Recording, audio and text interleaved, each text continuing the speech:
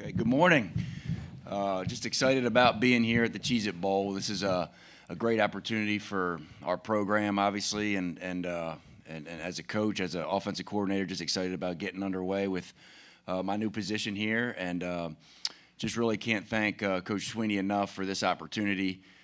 Just to be a part of a program that represents a great culture and great character, and just excited about this opportunity, and obviously excited about this game here in a couple days.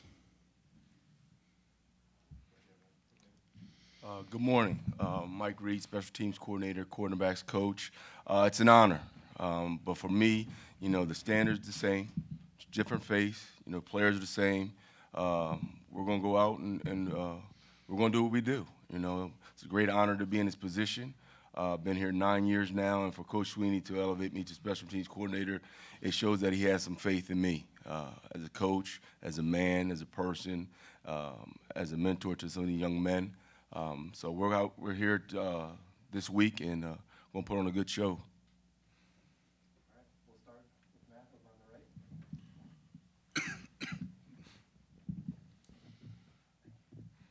Matt Marshall, Orlando Sentinel. Brandon, talk about the transition. You mentioned that in your opening comments about getting the elevation up to the position. What's this transition been like, and did you have to do anything differently, I guess, this week going into the bowl preparation?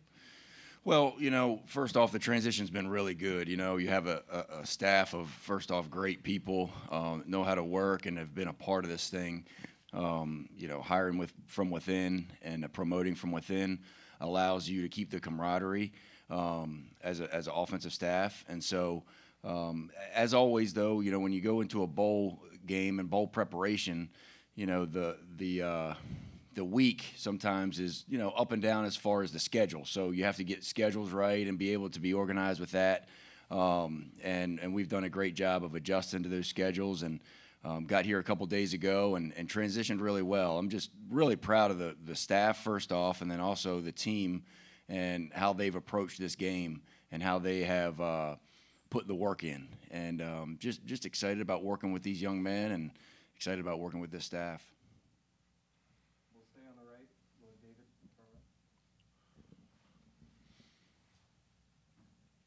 David. David Ho, TigerNet.com.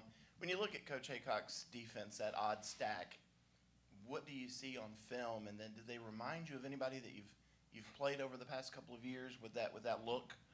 Yeah, first off, it's a great defense. It's that three safety defense that they do a lot of things, and they do a lot of disguising, and they play very, very well together. They got a veteran group of guys on the defensive side of the ball, and they obviously know what they're doing.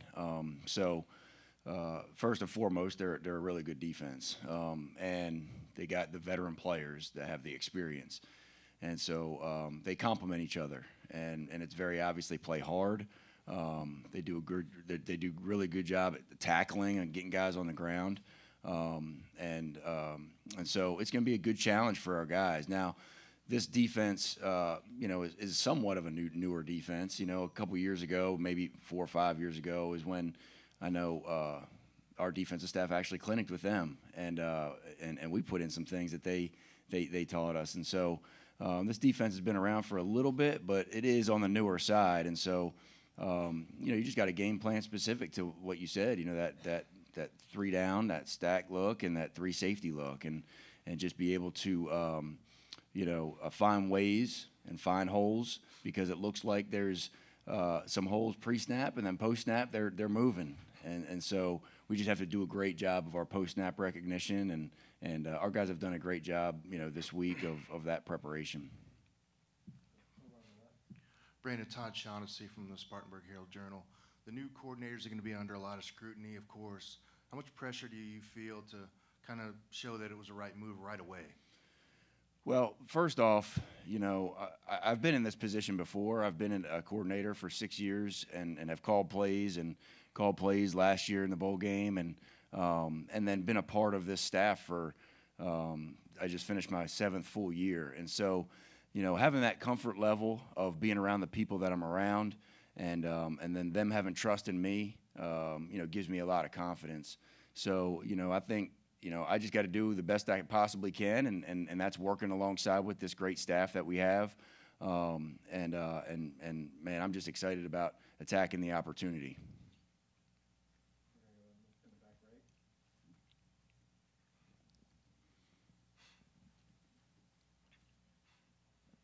Grace Rayner with The Athletic. DJ Dabo has told us that he doesn't think you'll be fully healthy until the end of the season, but just where are you physically with the knee and the finger?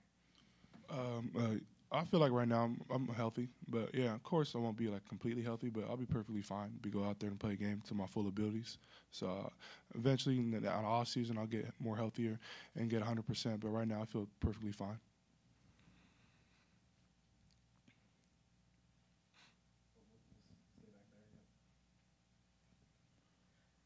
Matt Connolly with ClemsonSports.com.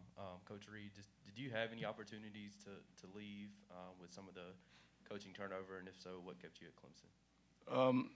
Not really. You have opportunities every year. I've been in the game for a long time. I have a lot of friends that are a lot of places. And when you're at a place like Clemson, it's kind of hard to leave, okay? We do things a lot different than a lot of people. A lot of people just base their program solely on winning and not developing. And that's one good thing I love about Clemson, and in the fact that it's a family atmosphere. My family feels appreciated and wanted, and they're around the facility. So for me, it was a no-brainer. Like I said, I love my kids, and when I say my kids, I mean my players. They're like family. And so when those opportunities come, you've got to look at it as, hey, do you want to leave these kids? And I'm not ready to leave my kids, and I'm ready to leave the staff. My kids have been here since 3 and 5 years old, so all they know is Clemson. And for me, it was a no-brainer. Sam Newman with the Clemson Insider. Hey, Mike, just wanted to ask about your guys, Mario and Andrew. I mean, how has it just been for you to see them kind of flourish and develop into, being some of the best corners in the conference? I mean, as I said, it's a developmental program, and to see them grab hold of a lot of things that we try to teach them, and for them to use them and every day, it's great. It's like a newborn child. You see them crawl, and then you're there to see them walk, and then to see them take their first steps and run. It's a great feeling. And these guys deserve it. They've put in the work, and now it's coming to fruition. DJ, David Ho, TigerNet.com. DJ, you've obviously worked with Brandon. He's the passing game coordinator, quarterback's coach. What is it like now working with him as the offensive coordinator? And, how has he changed over the past couple of weeks in taking over that role of being the boss of the offense? First and foremost, I'm excited. I mean, Coach Schrader is my quarterback coach, so I'm real familiar, have a great relationship with him already. So I'm really excited that Coach Schrader is a new offensive coordinator. Excited to get going with him in this game. I know Coach Schrader is going to do an amazing job, and for the most part, it's been exactly the same. Coach Schrader is the exact same person as he was when he recruited me, and then when he was my quarterback coach, when he was a passing game coordinator, and now he's offensive coordinator.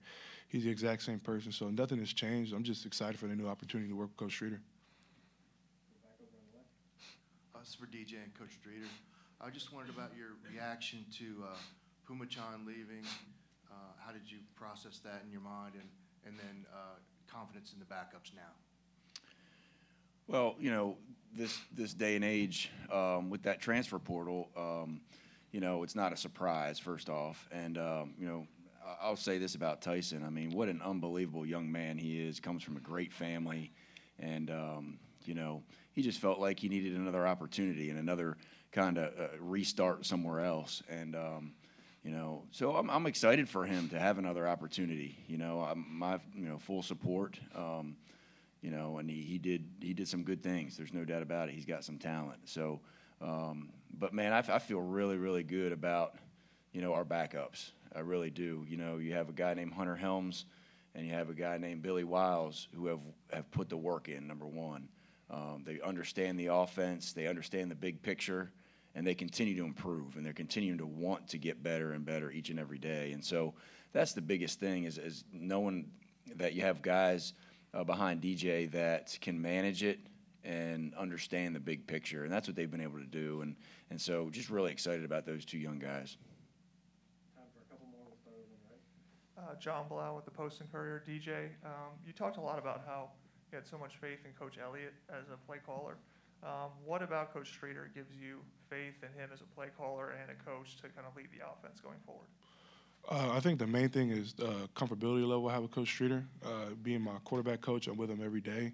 I'm with meetings with him every day. I know his thought process, and he knows my thought process of what the different plays we want to call. So I think from a comfortability level, that's the biggest thing with me is that I have a great relationship with him. So I think the comfortability level is just right there. So I feel like that's the biggest thing that I feel like I'm more comfortable with, sir. I